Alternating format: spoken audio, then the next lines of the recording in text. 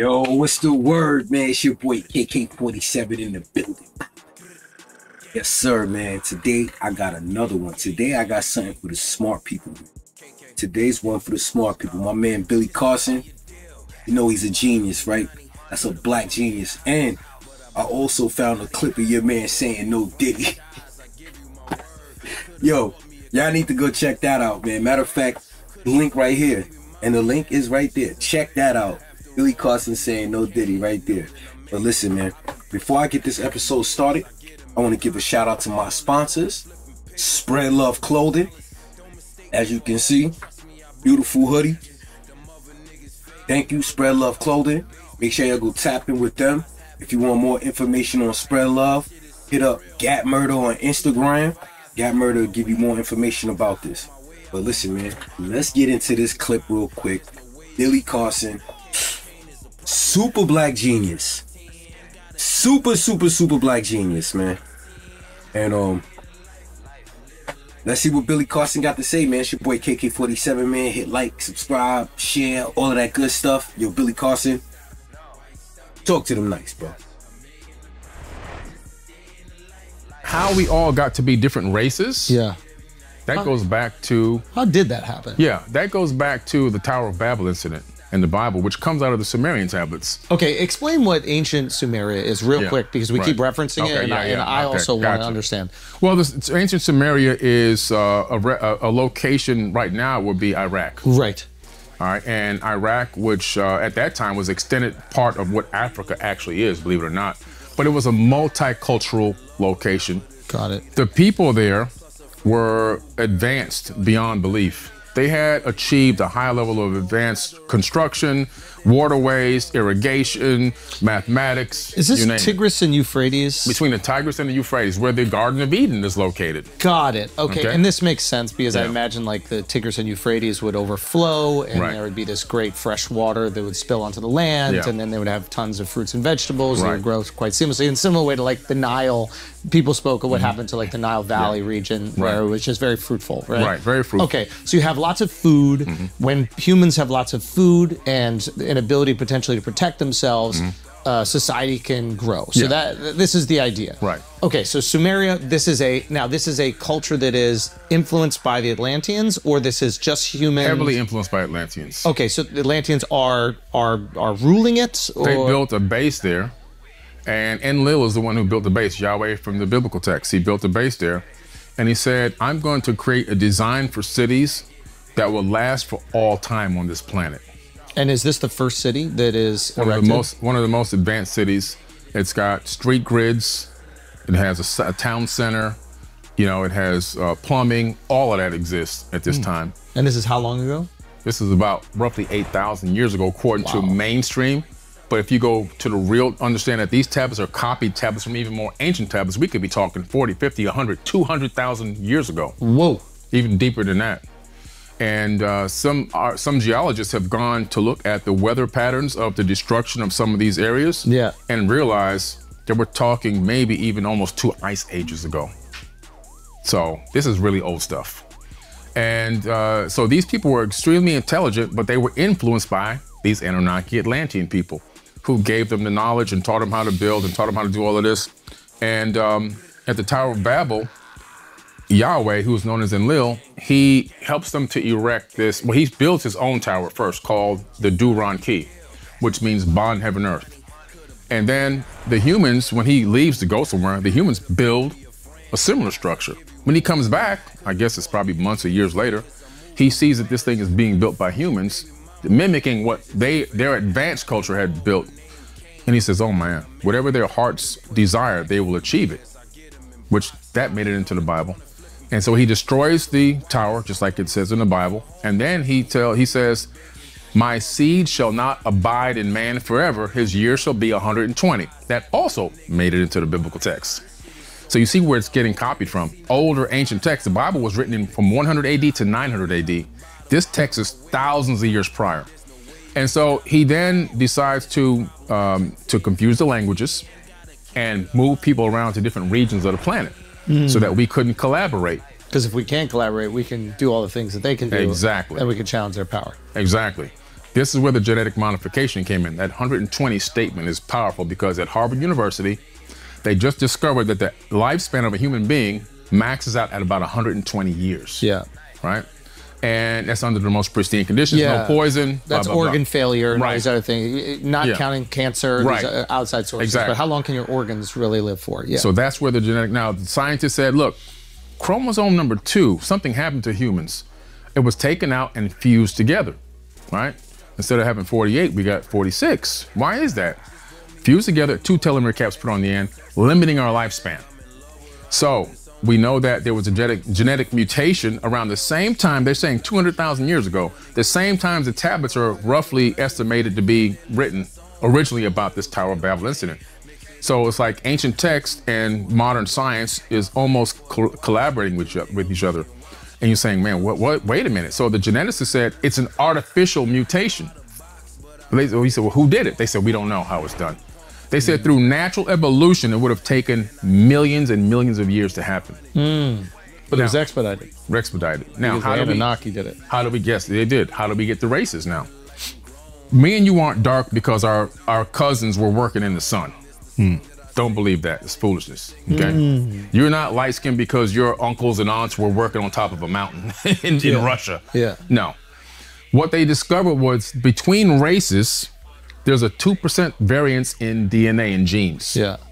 2% would take multi-millions of years through natural evolution. Didn't take that long. Only took 200,000 years. So what's going on here? Oh, I understand what you're saying. Yeah. Yeah, because we're branded. Yeah. Well, that's kind of interesting because if humans didn't leave the African continent until how many 100,000 of years ago? Yeah. You're saying that we left prior to the amount of time necessary in order for us to naturally evolve to have these different colors. Correct. Dick sizes or whatever. So, yeah, why did your guys' God love big dicks so much? Yeah, what is that? I don't know. Yeah, what is that about? When you go to Egypt, that's in the museum, you see a lot of statues with big. No Diddy, man. No Diddy.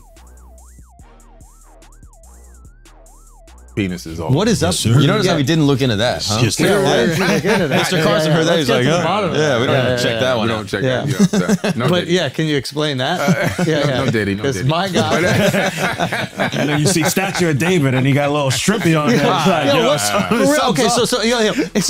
And then Asians, where the fuck do they come from? That's just crazy. Yeah, I know. So because they're the most different. Yeah, they're really different.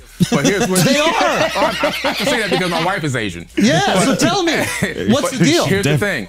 So Anunnaki. when you look at the Anunnaki and you discover that they were multiracial people, they all look different. The crew that Thoth took to Chem with him, they were all different looking people. Even one of the person had married a woman from another planet, according to these texts, not according to me. When he said, go around the planet and duplicate what we did here. Yeah. So now I go, you and I, we're already in Africa, right? You go to Europe, you go over to Mesoamerica, and you are ruling over people. Now, what does a farmer do right now if they have cows? They brand the cow. So in case my cow wanders off, you know, that's Farmer Jim's cow. We got to get it back to him. So everybody made their people look like them. That's so right. they knew these are our property. Let us make man in our image. Whoa. I believe my hypothesis is that we are genetically branded people for the people that we were ruled over by. Whoa. So what color do we all start as? No one knows. When you talk about these Anunnaki texts, it describes them. There's only one reference in the Sumerian tablets that references the people that took the brunt of a bomb that got dropped in ancient times, and they call them the black-faced people. And it said that the evil wind took them over, and their hair fell out, and their nails fell off, and their eyes were bleeding. It's like radiation sickness. That's the only reference we actually have of the way anybody really looks, other than the hair. They talk about hair in the Epic of Gilgamesh. They talk about locks, but does that mean locks like you just have long hair, or does it mean dreadlocks? We don't really know. But it's interesting. Also, white people get dreadlocks too. Yeah, it's true. So it's interesting. So, so you don't know. We don't really Anybody who's making hard factual statements like that, they're just making it up. Really? So what about Blake Griffin? Who branded him? Yeah. Yeah. What do we do when we start mixing and matching? Like, what's going on there? Yeah. Is that? Was that bad or is that good? Well, no. Yeah, what would the God say about that? In the Garden of Eden, it was actually Edin, right? And Enlil, he was known as Yahweh. He was the Lord. He was known as Satan, the Lord of Eden. Satan, the Lord of Eden. And Eden was an outside laboratory.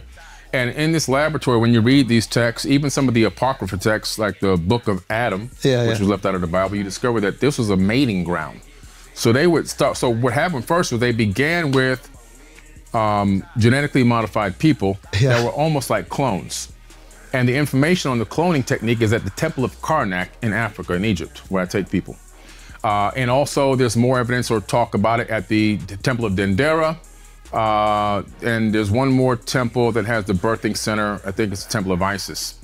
And so they were making these people, but they couldn't make them fast enough. And these people couldn't have sex and reproduce on their own. So then they got very frustrated. So Isis says, okay, I have an idea. I'm going to take the egg out of one of the beings and put it in my womb and take it to term. So it says in the text that they literally mixed their genetics with this egg, put it in her womb. So that's now making what we call a zygote in modern technology terms, right? In vitro fertilization, puts it in her womb, takes it to term for 10 months, and then gives birth to the Adamu, which means first man. And there's a cylinder scroll in the British Museum where she's holding up the baby, says, my hands have made it, the first man, Adamu. So that's where we get the first genetically perfected Homo sapien. So before that, they were all... They were Homo something, but they weren't like us. They couldn't reproduce. Like if you take a tiger and a lion and mate them, it'll have a ligand, but the ligand can't reproduce. Right. So that's the situation. That's what we had going on. This is so fun. This is so much fun. It's so much more fun to listen to you and just believe everything. I'm telling you, I know there's people that listen right now like, oh, this is bullshit. Just get away from that and just enjoy today. Just enjoy. I want them to research what I'm saying. Yeah. They can rewind and write this stuff down or type it in their phone and start learning. Yeah. I want people to research what I say. Don't believe what I say, research what I say. Yeah. So what happens is, and we take people to these cloning centers when we take them to Africa on tour. Our tour we take every single year. Next one is coming up in October. And so the point I'm trying to make is, so we have the cloning center. The clones couldn't reproduce enough. And a lot of work was going into making these people. So they came up with Adam. This starts the generations of Isis, the generations of Isis, the Genesis, the Genesis. Ooh, and Genesis is obviously the first book of the Old Testament. Yes. I'm doing the math right now. He really is! He's doing the math! Whoa! So that's Adam. Yes, Adam. Adam was then put into this Eden to mate with these other, they had mating times and schedules. You couldn't do it. You couldn't get back what you were talking about. You couldn't mate with somebody unless you were given a scheduled time to mate or you get in trouble and punished. But no baby's coming. So they said, damn it. So let's go ahead and take some of his DNA, clone that, make a woman. So they made Eve. Then she got pregnant. Okay, this works. They were not the first humans on this planet. They were probably 1 million in at that point, okay? So people who think that 8 billion people that we have now on Earth came from 2 people have never studied genetics. Because if I start mating with my sister and so forth and so on, by the second generation, third generation, we're gonna have a whole bunch of people with disabilities and one eye and arms broken and small legs and all kinds of stuff. You can't make 8 billion people, not enough genetic diversity. Right. So that's why they had the specific mating times and the people that you could mate with to make sure that they were not creating a small genetic pool. Once they figured that worked, they said, okay, let's isolate them in a certain part of the garden and begin to do this experiment with them. So Adam had Cain and Abel, and Yahweh came back to check on his offerings one day. And one was bringing him the harvest, one was bringing him the lamb, and one got jealous because he kept taking the harvest, and he's like, you know what, I'm pissed off, I'm gonna kill my brother, right? So Cain kills Abel, and God comes back like he doesn't know this. He's supposed to be all-knowing and omnipotent, but he doesn't know that this happened. He's shocked that this happens. And he says, I got to kick you out of the garden. And so Cain says in the Bible, he says, the people out there will kill me. Wait, what people? I thought there's no people. I thought there was no people out there. There's people out there already. Matter of fact, they might be barbaric. So he says, don't worry, I will put my mark on you. See, that's the brand. Put my brand on you. So he said, so that they will know your minds. So he put a brand on and let people know, hey, no, that's Enlil's guy. Don't mess with him. Exactly. That started the whole Canaanites. You see? That's where the Canaanites came out and built the whole thing and eventually migrated over to Mesoamerica. So we're talking about, it's a big story, man. It's a really, really big story, but you can see where there's so much misinformation and So Jesus, good guy or bad guy? I believe it was a good guy. I think some of his words were twisted in the New Testament. Yeah. He never said, I don't believe he would say anything about slavery.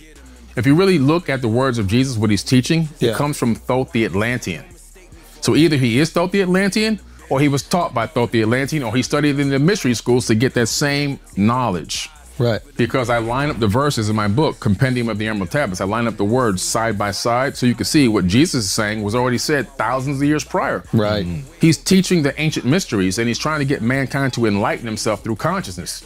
But though the Atlantean was doing it to subjugate the human species. No, he was helping. He went around the planet helping everyone. Oh, so he was helping. Yeah, he was helping. So this is after, so Thoth is after whoever created us and was subjugating us. Yeah, he's a son of Enki, so he's a son of one of these rulers.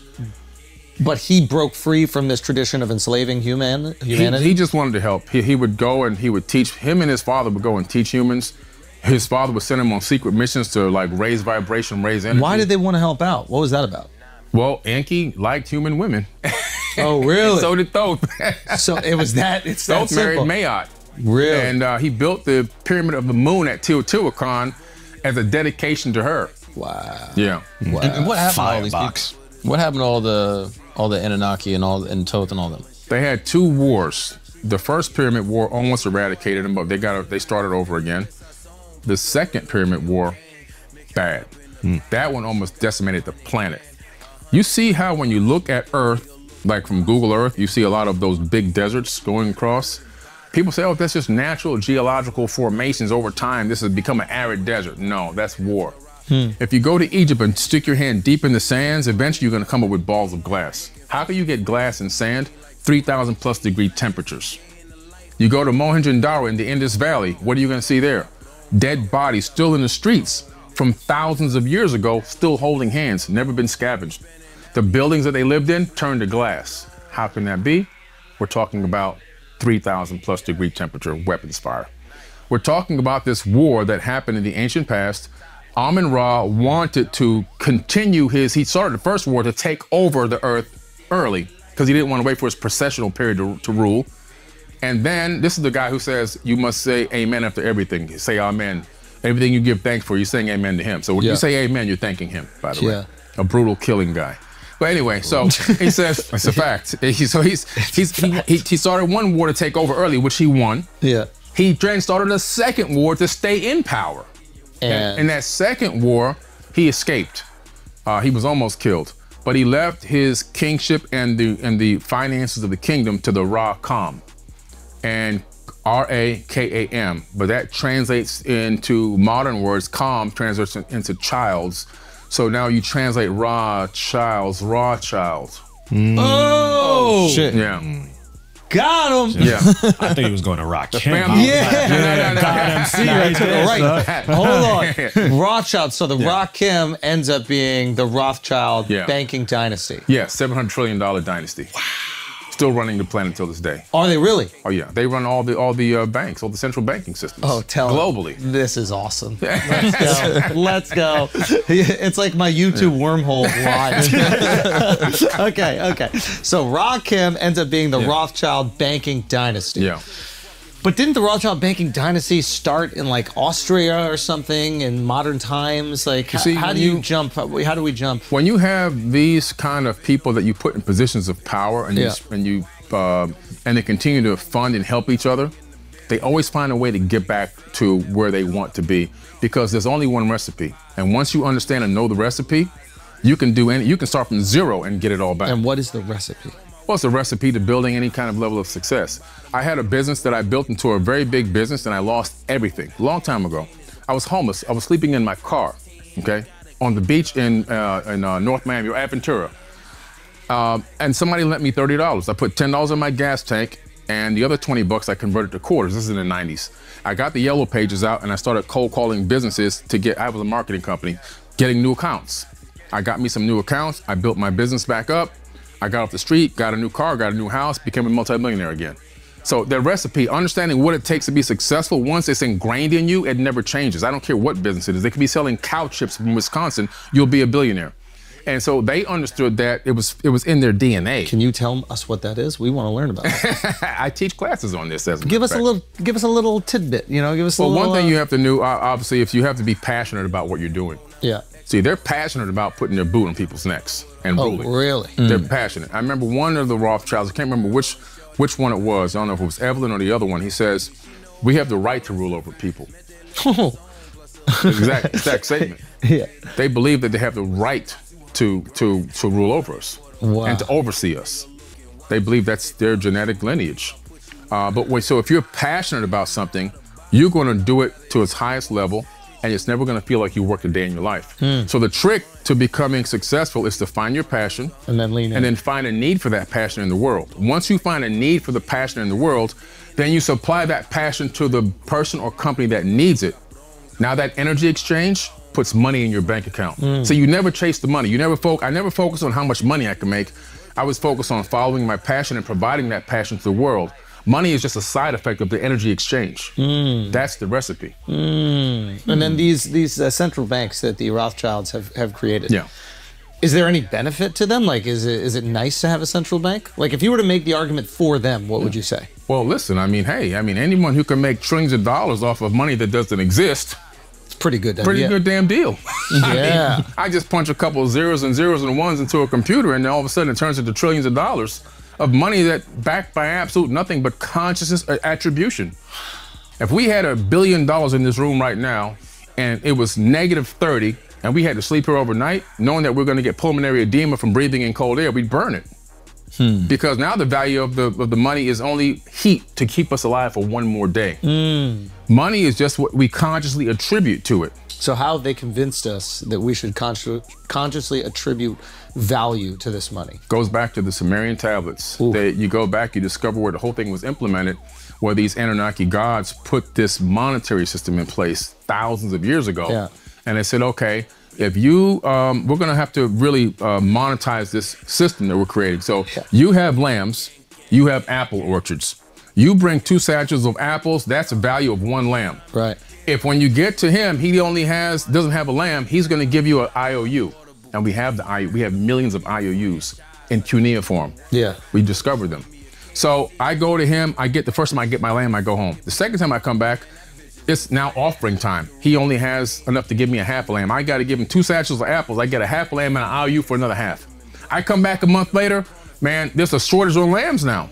This is fractional reserve banking that you're describing. I give you a leg and I give you a head. So this is really a function, my understanding is this is a function of like the problem is really the weight of gold. Like at least when it entered like the true banking system in Europe. Like it's hard to just carry your gold around all the time. Right. So then if somebody has your gold, they can give you the IOUs for the gold. You can pay in those IOUs knowing full well there's gold in there. But if you start handing out more IOUs than there is gold, nobody's going to ask because we all believe the gold is there, but it's not really there. And that's kind of our banking system. Exactly. Fiat. Right now. And that's when people say, I think banks only need to have like 10% or 20% of the actual funds in the bank itself. Correct. If we all went to the bank today and said, give me my money, the banking system would collapse because everyone would not get their money. It'd be impossible to get your money out. Yeah, let's not do that. No, that'd be a bad situation. That'd be a really bad day. Yeah. And that's what people call, that's the run on the bank term, right? Right, when there's an economic collapse and everybody wants to go take their money out, and then the bank goes, hey, we're stopping withdrawals today it's because like shorting it's a stock, much. you know? Yeah. Yo, so there you have it, man.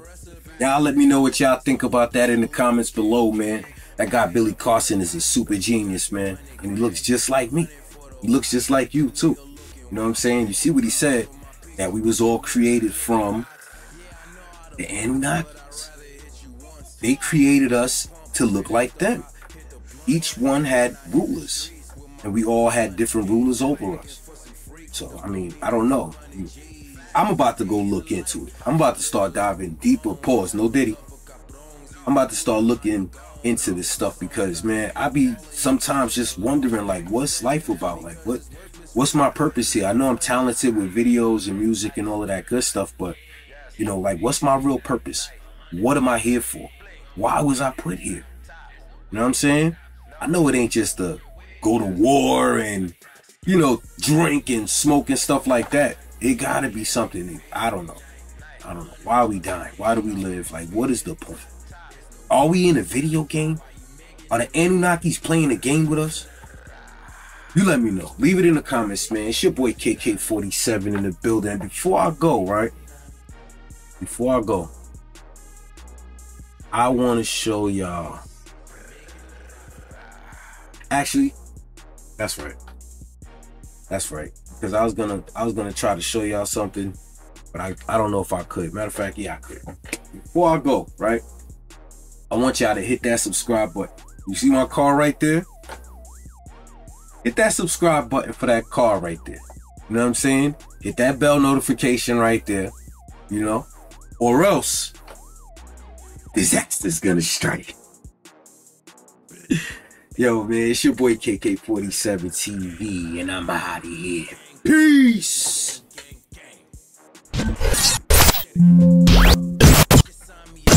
KK47.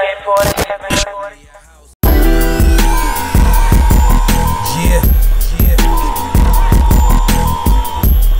It's too easy. I guess I should have been writing.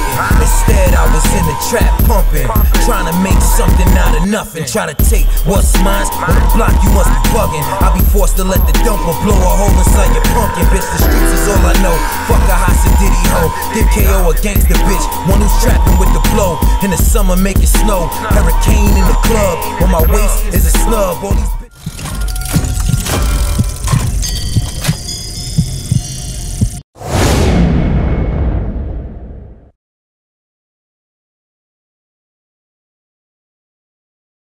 to the bag, she clutching her purse. She calling me dad while I'm whipping the vert. The paper plates on the window defrost. I step on the gas. Thank you for checking in with me. You want to stay updated? Check out this playlist right here. Oh, you still here? Hey, subscribe. I hit the block with a pack full of rock for the Carson.